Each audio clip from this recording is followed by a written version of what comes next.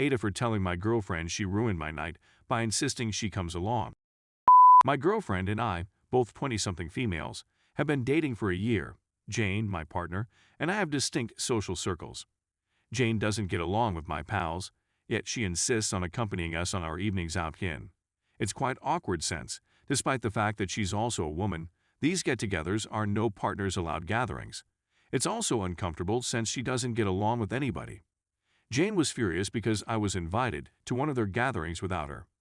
I'll be gone from 10 a.m. Friday till Saturday afternoon. She doesn't mind if both of us leave, but it's a problem without her. I told her I'd go later and attempt to return early, but she would never. I had to drag her along, and it was a misery. The vibe was down, and no one was having a good time since all of my friends appeared to be walking on eggshells around her. When we went home, she started bragging about how much fun she had, but I had the opposite reaction. "Well, I'm pleased someone had fun," I responded. She became agitated and inquired as to what I meant. I mentioned that it was a buddy night in and that she was not invited. She became enraged and spewed nonsense about how it's poison that I want to spend a night out without her. She's upset because I, 1, didn't want her there, and 2, stated she spoiled the night. I simply wanted to spend one-on-one time with my buddies. Ada Edit. Added a clarification. I noted Jane's gender sense, in most cases, that no partner restriction is imposed because the couples are of opposite, creating a safe place for individuals to communicate guys' night or girls' night. I mentioned her gender since all of my pals have male partners, but it's still a no-night partners regardless of gender. I'm a woman. Jane is a woman. I am. Jane is a woman. My buddies are all female, and the party was a birthday celebration, so it lasted 2 days. They are typically not very lengthy. Update 1. Many people were truly upset with me for being in that kind of relationship, which made no sense, but what can you do? Another point I'd want to make is that several individuals kept stating no means no and stick with it when you say no. I'd want to emphasize that in certain instances, that does not work with Jane. She'd come up no matter what, or she tricked me into going home or giving her my address. I received some sound advice and put it to good use. I also believe I owe an explanation to everyone as to why I was dating Jane. For starters, my parents had an extremely poisonous relationship throughout my childhood. They disliked one another yet refused to divorce or even separate for the sake of the children. That clearly did not work. Second, Jane's behavior wasn't always that poisonous, but when she began acting as my parents did to one another, my stupid brain linked it with love. I realize now that this is not the truth, but Jane was my first true love. The first was a few months that ended with me being cheated on.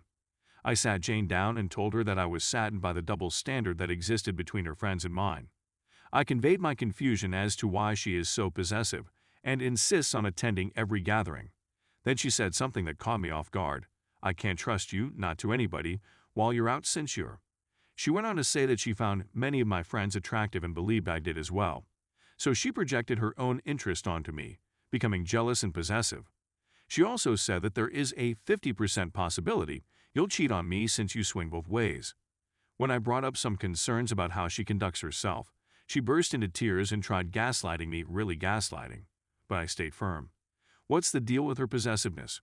She simply is, she says, and she does it because she loves me. I was taken aback. I needed time to calm down and reflect, but I took the choice to end my relationship with Jane. I don't want biphobia to be a part of my life. I told her, but she didn't take it well.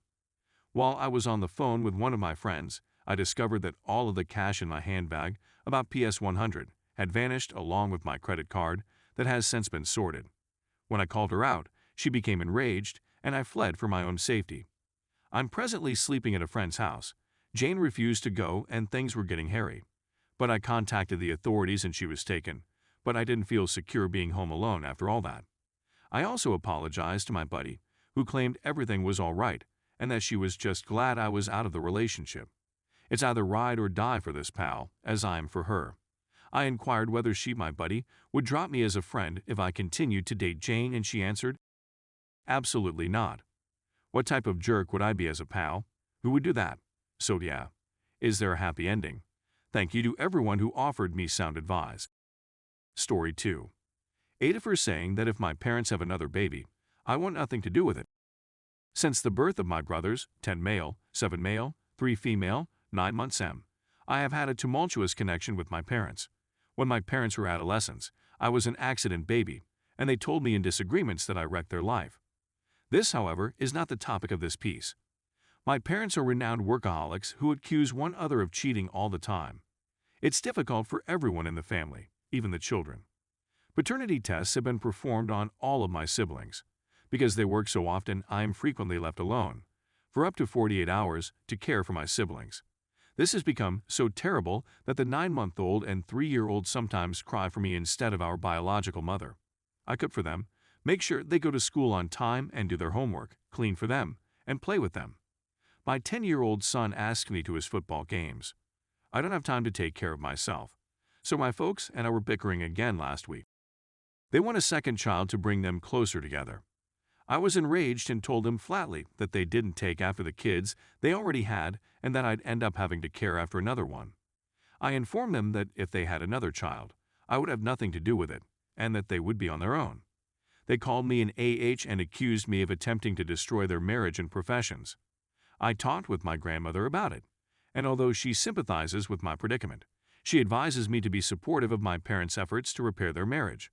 She informed me that it was my responsibility as the eldest sibling to care for my younger siblings, and that I was being an AH and should apologize to my parents, but I still don't believe I am. So here's my question. Reddit AITA, we have a nanny come in from 9 a.m. to 4 p.m. for the 9-month-old while I'm in college, but that will most likely end when he begins school. Edit 2.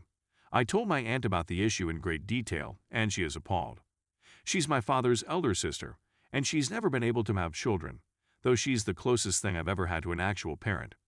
She informed me that I needed to speak to my parents about it, and that she would accompany me when I did so. I texted them that we needed to speak about it tomorrow, and that it was non-negotiable. If they don't show up, I'm going to contact CPS the next time they leave me alone with my siblings. As easy as that. They're irritated, but they've decided to come. I'll keep everyone informed. So, we've had our say. My aunt was with me the whole time, and I am eternally thankful for her help. I essentially told my parents that they needed to mature. I basically told them what you'd all been saying, and that they had until I was 18 to create a decent connection with my younger siblings, a good 10 months, and find a more acceptable environment for when they're at work, or I'd contact CPS. My aunt even offered to have them live with her.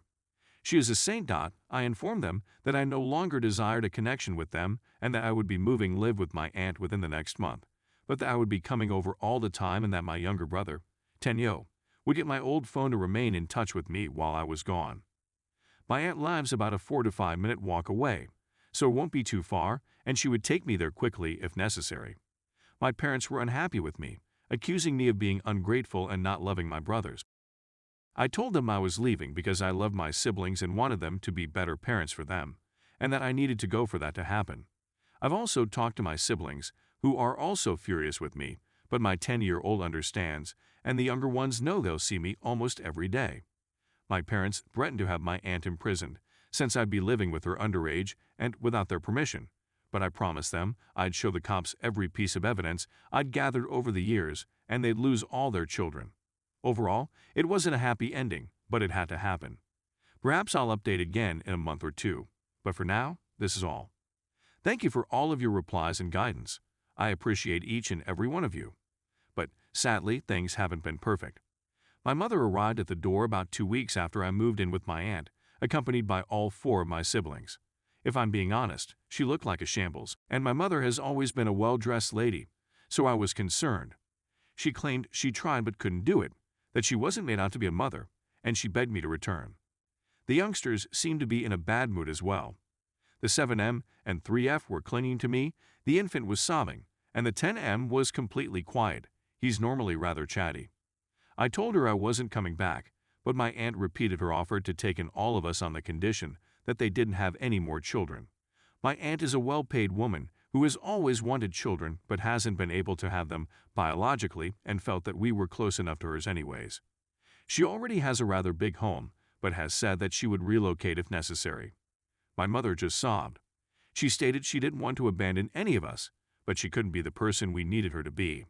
She disclosed that she and my father were thinking about divorce, and I pushed her to seek professional counseling.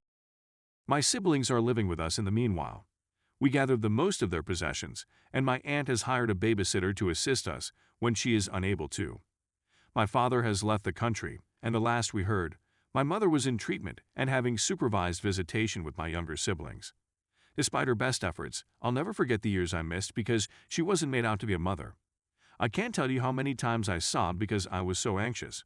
I still love her, but I can't let her be my mother when she wasn't there for me when I needed her the most. So, it wasn't all rainbows and sunshine, but some progress was made.